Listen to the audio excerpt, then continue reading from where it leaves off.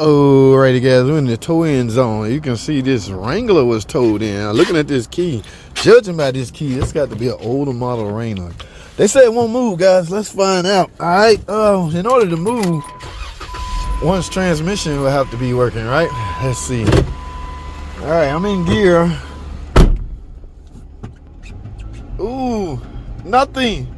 I'm not moving, guys. Let's check the transmission fluid. All right, guys, I got the hood up. Typical 3.6 Pentastar. Oh, I got a dipstick, which means this must be a Nag 1 transmission. Now let's see what we have on the dipstick. Absolutely nothing, guys. Y'all know what that means? That means that the fluid leak should be obvious. All right, when you have nothing in your transmission, something has to be obviously visible.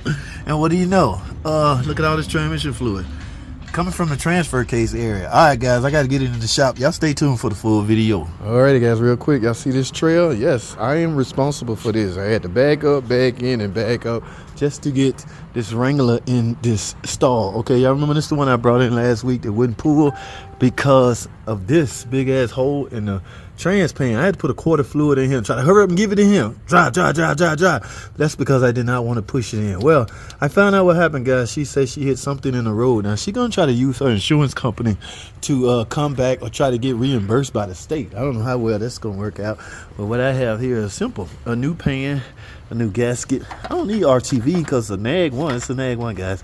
It comes with a gasket, and I have supposed to have 5 gas.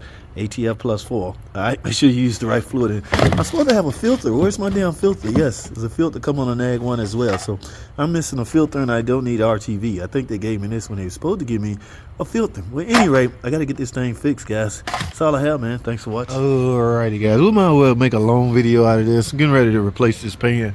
Y'all see that big old hole right there? From my understanding, it hit something in the road. Remember when I told y'all on the last short, she might be trying to get the state to pick up the tab. Okay, I guess her insurance company going to go after the county or whoever. I don't know, as long as I get paid. I know that sounds selfish, but it's a fact. Now, guys, it's not as clear of a shot as you would think, right? It's a Nag 1 transmission. I just took one bracket off that was covering this pan. The challenge you're gonna have is, even when I drop the pan, remove all 6 bolts, the pan's still not, see, that ain't enough clearance to totally drop that trans. So drop the pan, because remember there's a filter hanging down as well. So here's what I'm about to replace. The pan, it don't look like they damaged the actual transmission, just the pan.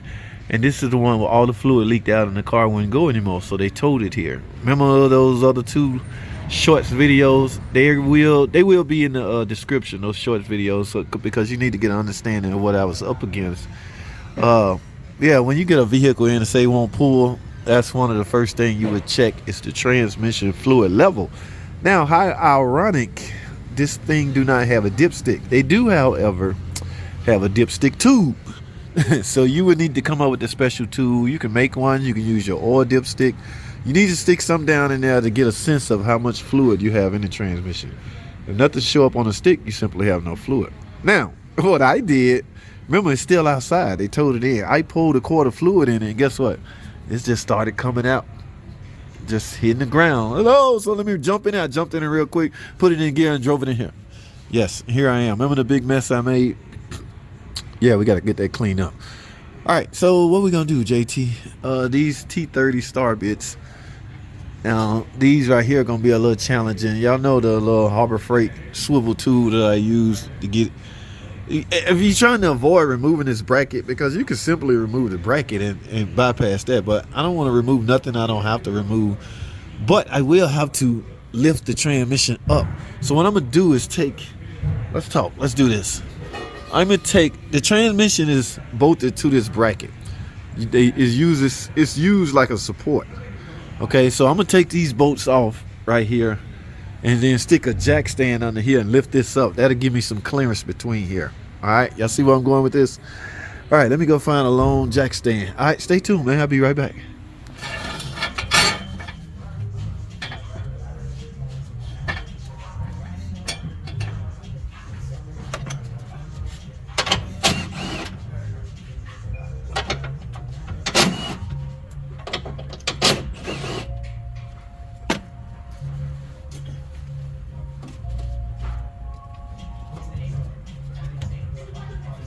Alrighty guys, so even with this setup, I still didn't gain much room, but I do think I now have enough.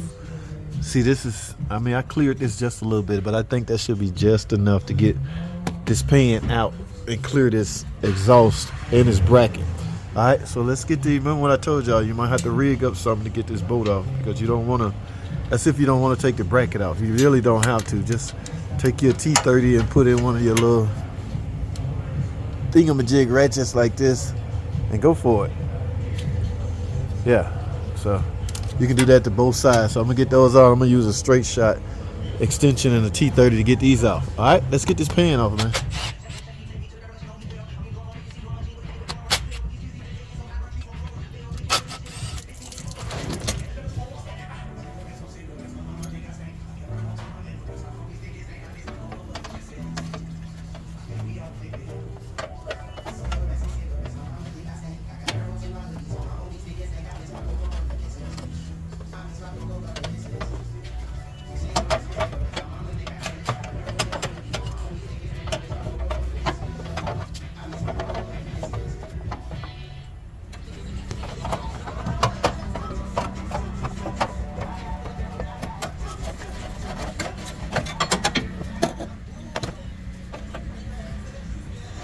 Alrighty guys, y'all saw that? Oh my goodness. Okay, yes, I just had enough clearance to get past that without taking all this bracket off.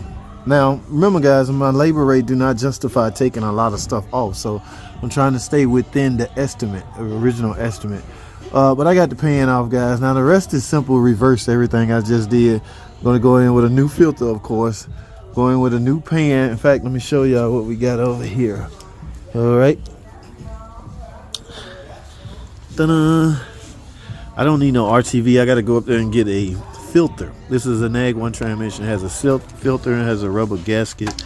Of course, the pan is right here. Guys, this is the most important thing. Make sure you go in with the right fluid. ATF plus 4 on this NAG.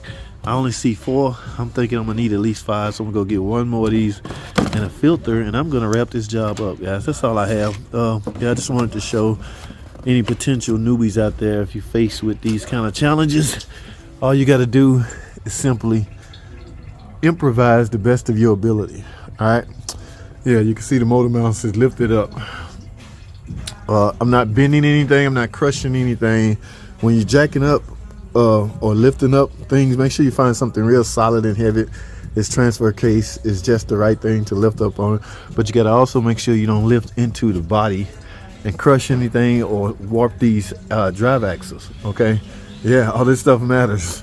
Okay, so if you going upwards and you start hearing some noises that don't sound right, stop. Okay, I did not hear such noise, and I think I cleared it just fine. I'm gonna go back together with it. All right, moral of the story, I guess, watch out what you run into in the road.